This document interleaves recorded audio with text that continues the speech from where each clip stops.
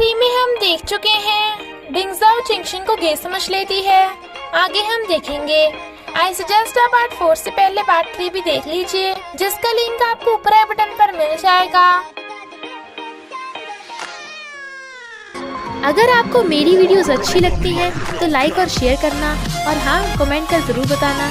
और ऐसी ही नई नई लेटेस्ट वीडियोस देखने के लिए हमारे चैनल को सब्सक्राइब भी कर देना। पार्ट 4 में हम देखते हैं चिंगशिन को आते देख वो छुप जाती है। उसका घर 1 हफ्ते में ठीक होना था, तो वो अपना बोरिया बिस्तरा लेके उसके घर पे आ जाता है। देन शी वाज लाइक, कोई प्रॉब्लम नहीं, हम गुड सिस्टर्स हैं, आई मीन गुड नेबर्स। फिर चिंगशिन रूल्स बनाता है कि हमें बिल्कुल भी बॉडी कांटेक्ट नहीं करना। बेड पे मैं सोऊंगा, तुम चाहे सोफे पे सो या बाथरूम में, मुझे कोई फर्क नहीं पड़ता। वो कहती है, बाथरूम में? कोई नहीं, हम गुड सिस्टर्स हैं, आई मीन नेबर। मॉर्निंग में वो हैरान था कि उसे रात बढ़िया नींद क्यों आई, पर डिंगजाओ ने हर चीज पे QR कोड लगा दिया था ताकि चिंगशिन यूज करने से पहले उसे पैसे दे। और कहती है, खाने से पहले $25 पे करो। वो कहता है, पर ये तो सिर्फ 22 का है। शी वाज लाइक, आने जाने में भी तो मेहनत लगती है। वो कहता है, अगर तुम ऐसी करती रही तो मुझे कंगाल करके तुम खुद बिलियनियर बन जाओगी। बट डिंगजाओ तो उसे 1 चम्मच जैम के भी पैसे ले लेती है।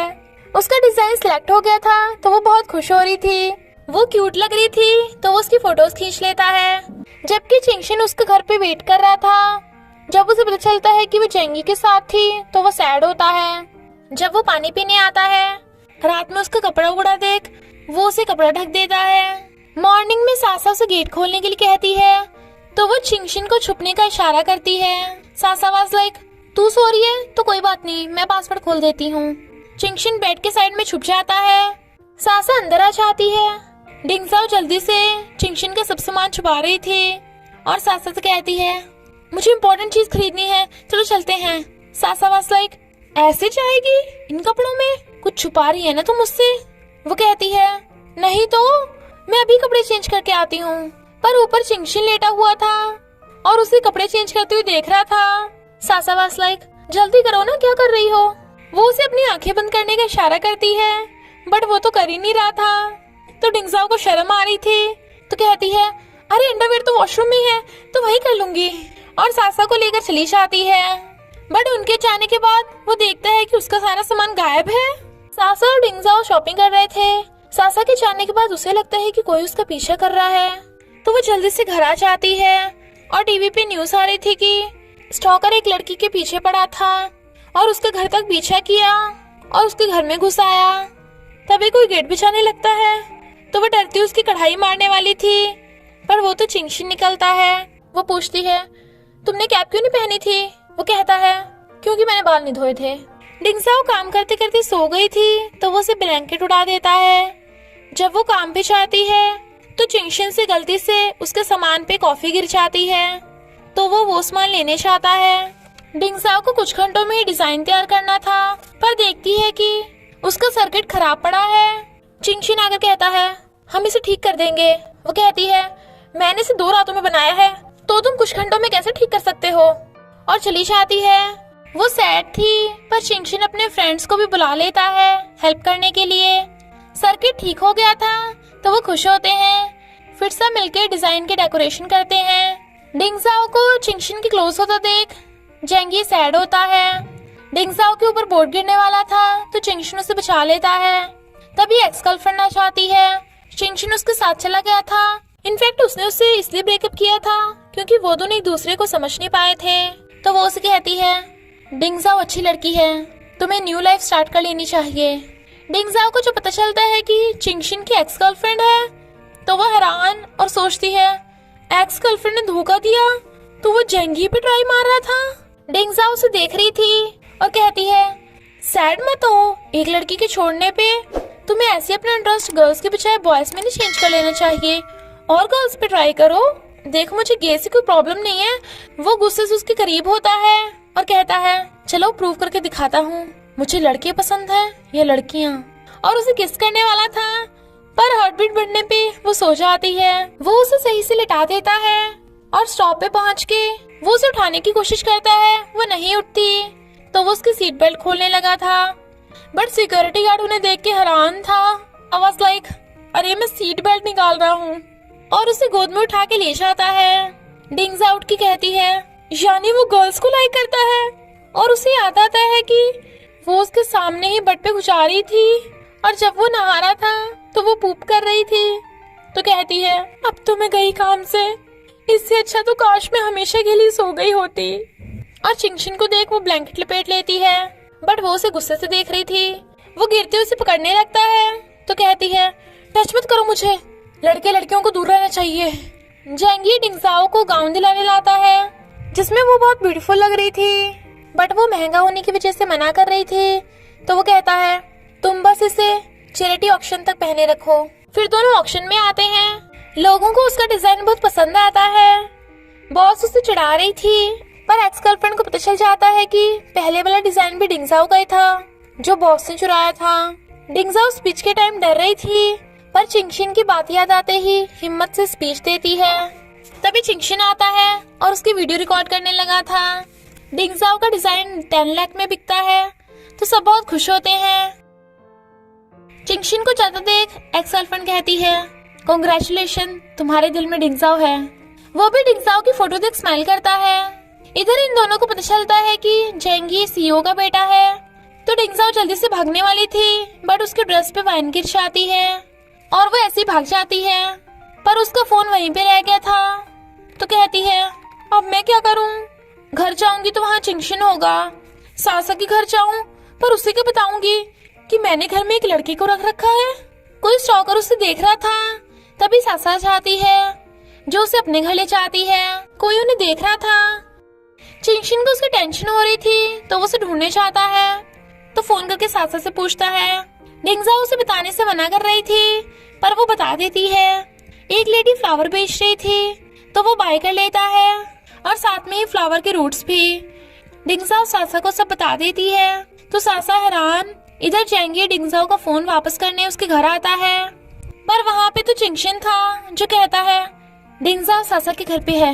वो हैरान था कि डिंगजाओ के घर पे ना होने की वजह से वो रात भर सही से सो भी नहीं पाया। डिंगजाओ अपने घर में छुप छुप के आ रही थी, पर चिंगशी तो वहीं पे था। वो रूट्स को गार्लिक समझ के नूडल्स बना के खा लेती है। चिंगशिन कहता है, जेंगी यहाँ आया था, मैंने उसे बताया तो, पर कहीं वो हमें गलत न समझे। तो वो गुस्से से उसे भगा देती है। जब वो काम कर रही थी, उसके पेट में दर्द होने लगा था, तो उसे उल्टी आने लगती है। वॉशरूम में गर्ल्स बातें कर रही थी कि डिंगजाओ ने अपने अमीर बॉस जेंगी को जानबूझ के फंसाया है। डिंगजाओ बीमार हो गई थी, क्योंकि उसने गार्लिक की जगह फ्रूट्स खा लिए थे।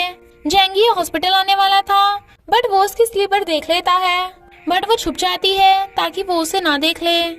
एक स्टॉकर डिंगजाओ को पकड़ लेता है, तो चिंगशिन आके उसे बचा लेता है। वो लड़का कहता है, मेरी गर्लफ्रेंड नहीं है, इसलिए मैं आया था। डिंगजाओ चिंगशिन को देखने लगी थी और कहती है, मैं श्रापित लड़की हूँ, जिसे कभी खुशियाँ नहीं मिल सकती। उसे रोता देख वो कहता है, श्राप जैसा कुछ नहीं होता, तुम अपनी मेहनत से बहुत कुछ पा सकती हो।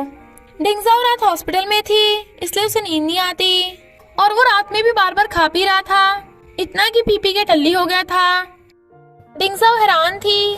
जेंगी नोटिस करता है कि डिंगजाओ उसे इग्नोर कर रही है। सासा के पूछने पे वो कहती है, मैं जेंगी पे नहीं, खुद पे गुस्सा हूँ। चैनल की रेटिंग बढ़ाने के लिए सीनियर डिंगजाओ को नेक्स्ट शो के लिए डिंगजाओ को बुलाने कहता है, बट चिंगशिन मना कर देता है, क्योंकि एक तो पहले उसके श्राप की वजह से स्टॉकर उसके पीछे पड़ गया था, और वो डिंगजाओ को प्रॉब्लम में नहीं डालना चाहता। हमें पता चलता है कि जेंगी डिंगजाओ को इसलिए लाइक करता है, क्योंकि डिंगजाओ ने एक बार बचपन में उसकी हेल्प की थी। फिर वो उसे कन्फेस कर देता है, बट वो उसे रिप्लाई नहीं दे पाती। वो कहता है, कोई नहीं, तब तक हम फ्रेंड्स रहेंगे। हमें पता चलता है कि वो स्टॉकर सीनियर ने भिजवाया था। चिंगशिन का घर ठीक हो गया था, तो वो वापस जाने के लिए अपना सामान पैक कर रहा था, पर तभी डिंगजाओ की मॉम आ जाती हैं और उसे देख के हैरान। वो बताता है कि मैं डिंगजाओ का फ्रेंड हूँ, बट वो उस पर यकीन नहीं कर रही थी। उसके मैसेज करने पे डिंगजाओ भागती है। मॉम को पता चलता है कि वो दोनों साथ रहते हैं, इसलिए वो गुस्से में थी। वो कहता है, आप गलत समझ रही हैं, हम साथ में नहीं सोए। वो उसे मारने वाली थी, तो डिंगजाओ बचा लेती है। मॉम कहती हैं, सब मुझसे पूछ रहे हैं कि मेरी बेटी श्रापित है, तूने उस शूट में पार्टिसिपेट ही क्यों किया था? इस लड़के ने तुझे शो में पार्टिसिपेट कराया? तू ऐसे फ्रेंड्स क्यों बना रही है? तू खड़ा हुआ यहाँ क्या कर रहा है? भाग यहाँ से। तो वो एकदम फ्लैश की स्पीड से भाग जाता है। चिंगशिन अपने घर आ गया था, पर उसकी क्यूआर स्कैन करने की आदत नहीं छूटी थी। मॉम डिंगजाओ को गाँव ले जाने को कह रही थी, बट वो कहती है मुझे काम पे जाना है।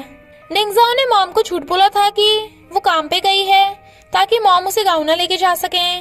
भीड़ की वजह से मॉम बस पे नहीं चढ़ पाती और गिर गई थी, तो चिंगशिन उन्हें हॉस्पिटल लेके जाता है। वहीं पे उन्हें सासा मिल जाती है, तो वो खुश होते हैं। चिंगशिन मॉम को लेके वहीं पे आ रहा था, तो वो उन्हें देख छुप जाती है।